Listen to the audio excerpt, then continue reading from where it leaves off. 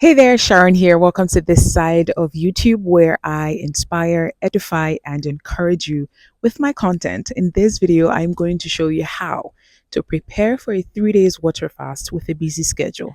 First tip is to choose the most suitable days of the week to fast. If you're a 9 to 5er, you'll agree with me that Monday is not the day to fast, neither is Tuesday or Wednesday. I recommend you begin your fast on Thursday. If you plan to do a 3 days water fast, you want to choose a suitable day of the week where you do not have, oh my days, what am I saying? Where you do not have so much work to do, where you have less work to do, and it's more suitable environment wise for you to do a 3 days water fast. So I highly recommend that you begin your fast from Thursday, Friday, and Saturday, or you could do Friday, Saturday, and Sunday.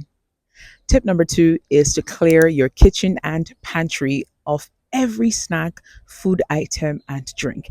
This is because you want to fast in a conducive and supportive environment. And by conducive and supportive, I mean you want to fast in an environment that is food free, because it'll be your greatest undoing to fast in a home that is fully stocked with food, with cereal, with drinks, and whatever. So you must clear your kitchen and your pantry of food as much as you can.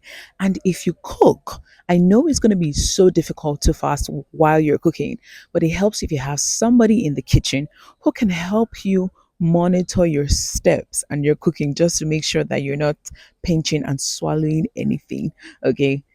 Tip number three is to follow Fast with Fierce Sharon on Instagram. There you'll find many helpful, life changing content on fasting. So go follow on Instagram.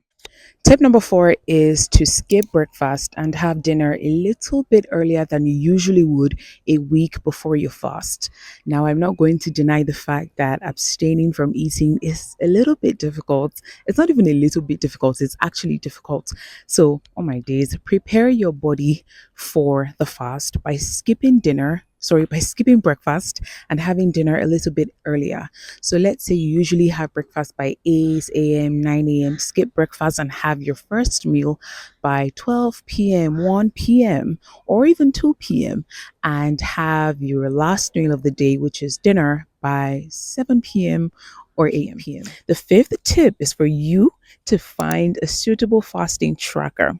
A fasting tracker is one of the most important resources that you can arm yourself with, because it not only tracks your fasting hours, but it gives you a sense of motivation and an idea of how many hours you fasted. I highly recommend that you use the Zero app. I currently am 40 hours plus into my fast, and the Zero app tells me all that I need to know about the scientific or biological happenings in my body. Tip number six is to have a clear goal in mind. Imagine doing a water fast without having a clear, lucid picture of what you want to achieve. It could be you want to lose 3 kg, maybe you want to fit into that dress, or you just want to set your own personal fasting record. Whatever your goal is, write it on a piece of paper and keep looking at it. Remind yourself why you're doing this and why you should keep fasting.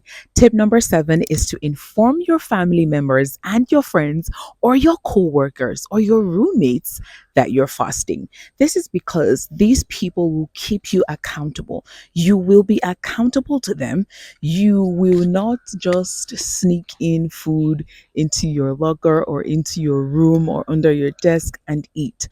But these people will keep you accountable because you have already told them that you are embarking on this journey. So it wouldn't it be awkward for them to see you wolfing down a pack of biscuits? And most importantly, you let yourself down. I always say to not fast to impress people, but people can keep you accountable.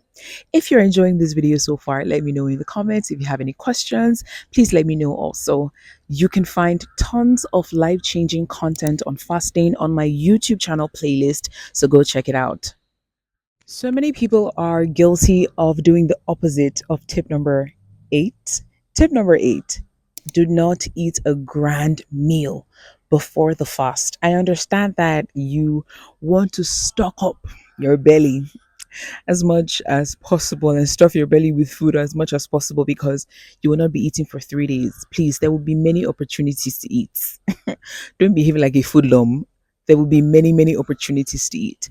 When you have a grand meal, a huge meal, the night before you fast, you end up bloated, constipated, heavy, and that is not the right way to begin your fast. I advise that you have dinner earlier and you have a moderate portion of your meal and have fruits as well. Have fruits and drink lots of water.